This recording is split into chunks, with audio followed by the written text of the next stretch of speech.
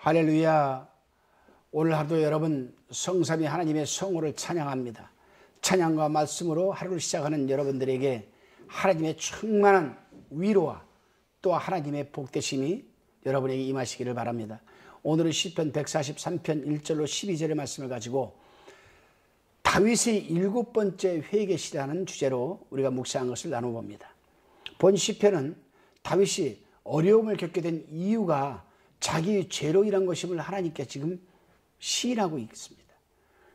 회개하는 가운데 하나님께서 인자하신 마음으로 자기의 죄를 사하여 주시고 자신이 간구하는 바를 응답해 달라고 하는 그런 회개의 기도를 기록한 것이 바로 본문 시편 143편입니다.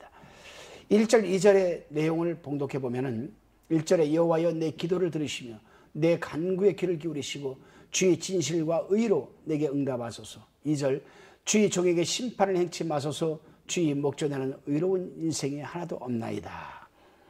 다윗은 지금 물귀신 작전을 쓰는 것 같아요. 이렇게 보면은 하나님 앞에서는 죄 짓지 않은 사람이 하나도 없다. 그래서 나도 그렇게 죄를 지은 것이다.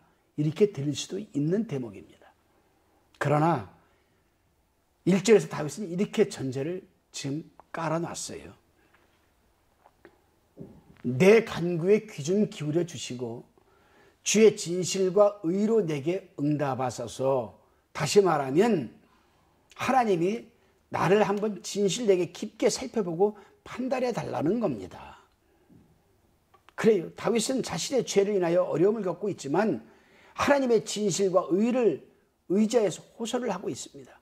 여기서 특별히 다윗이 하나님의 진실과 의에 호소하는 이유는 율법대로 심판한다면 자신을 포함한 모든 인간이 결코 구원받을 없음을 알기 때문입니다. 그렇죠. 그러니 하나님이 내가 지은 죄대로 나를 지은 그 죄로 나를 다스린다면 나는 살 수 없습니다. 아니 나 말고 주의 앞에 살아갈 사람은 아무도 없다라고 지금 얘기를 하는 겁니다. 그렇습니다. 만일 하나님께서 인간의 행위대로 심판을 하신다면 이것을 피할 수 있는 인생은 아무도 없습니다. 그래서 사도 바울은 로마서 3장 10절에서 뭐라고 합니까? 기록한 바 의인은 없나니 하나도 없으며 라고 말을 한 겁니다. 그렇다고 해서 하나님을 믿는 사람들이 하나님의 진실과 의를 믿고 죄악에서 머물러 있어서는 안 된다는 것이죠. 속히 그 죄악된 삶에서 벗어날 때 하나님의 은총은 더욱 풍성할 것이라고 로마서 5장 20절에서 밝히고 있지 않습니까? 다시금 본문 3절로 4절에 보게 되면은 하나님의 은혜를 통하여 구원을 호소한 다윗은 이제 자신이 고통을 하나님께 토로하기 시작합니다. 적들로부터 핍박을 받아서 죽음의 위협에 처해 있는 다윗은 자신이 마치 죽은 자처럼 암담한 암흑 속에서 지금 둘러싸여 있다라고 지금 몸부림을 치고 있습니다. 그렇습니다. 우리가 하나님의 관계에서 하나님의 도우심을 받으려면 무엇보다도 먼저 자신의 죄악된 삶이 청산되어야 가능한 것 아니겠습니까? 그래서 다윗은 먼저 자신의 죄로 인하여 고통이 온 것을 시인하고 있고 회개하는 가운데 하나님의 도우심을 지금 간구하는 것입니다. 그러나 많은 그리스도인들은 자신의 죄악된 삶을 청산하지도 않은 채 하나님께 도움의 손길을 내밀고 있는 것이 문제가 되고 있는 것. 그렇죠. 다시금 본문 5절 6절을 살펴보면 이제 다윗은 하나님의 도움의 손길에 대한 확신과 믿음을 고취시키기 위해서 하나님께서 과거에 당신의 백성을 위해서 행하신 역사를 지금 회상하고 있습니다. 그리고 자신은 하나님을 생각할수록 하나님을 더욱 잘 알고 또 찾고 싶은 생각이 일어나서 내 영혼이 마른 땅같이 주를 사모하나이다 라고 지금 간절히 고백하고 있습니다. 그렇습니다, 여러분. 하나님의 사람들에게는 성경 역사가 참으로 중요합니다.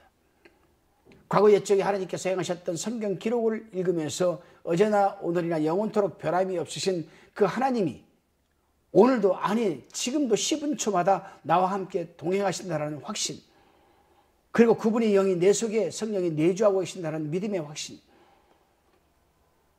이러한 것들은 우리 신앙생활에 절대적으로 필요합니다. 우리가 어려움에 처할 때마다 우리에게 큰 위로와 힘과 문제의 키가 될 수 있다는 사실입니다.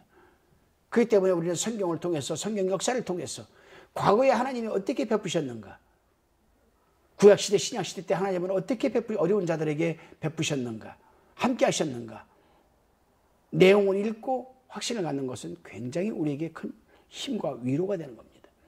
다시금 본문 7절로 12절의 말씀을 살펴보면 다윗은 기도하는 데만 그치지 않고 하루를 시작하는 첫 시간에 하나님의 말씀을 읽고 그 말씀에 의지한다고 합니다.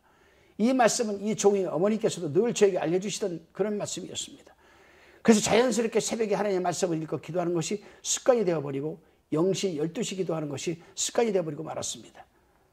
특히 다윗은 9절에서 나를 내 원수들에게서 건지소서라고 합니다. 그렇습니다. 우리를 원수의 손에서 건질 수 있는 것은 오직 하나님만이 하실 수 있는 일입니다. 우리에게는 원수든 아니든 타인을 이렇게 저렇게 할 권리도 자격도 없습니다.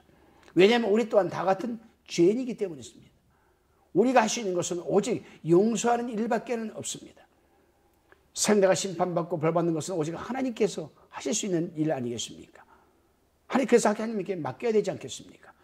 그래서 베드로전서 5장 7절에서 너희 염려를 다 주께 맡겨버리라. 벌을 받을 만한 자면 하나님께서 벌을 주시고 상을 받을 만한 자는 하나님께서 상을 주시는, 이것이 하나님의 공의 아니겠습니까? 오늘도 하나님의 공의가 우리와 함께 하기를 기원합니다. 기도드리시겠습니다. 주님, 하나님께 도움의 손길을 내는 위해서는 먼저 우리 죄악된 삶을 청산하여야만 하는 것을 잊지 말게 해주시고, 그리고 미천하고 우둔하여서 우리의 잣대로 생각하고 타인을 미워하고 심판하고 하는 어리석은 행동을 일삼았던 것을 용서하여 주옵소서. 감사드리며 우리의 마음과 생각을 감찰하시는 예수님의 이름으로 기도드리옵나이다. 아멘.